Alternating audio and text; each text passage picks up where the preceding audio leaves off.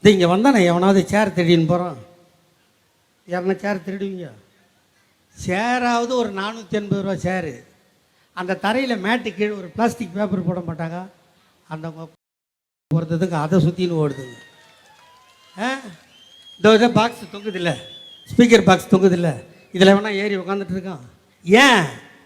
நாங்கள் 75 வருஷமா அவனை பக்குவப்படுத்தி மக்களை சந்தித்து ஓட்டு கேட்டு அவனை பண்ணுறோண்டா.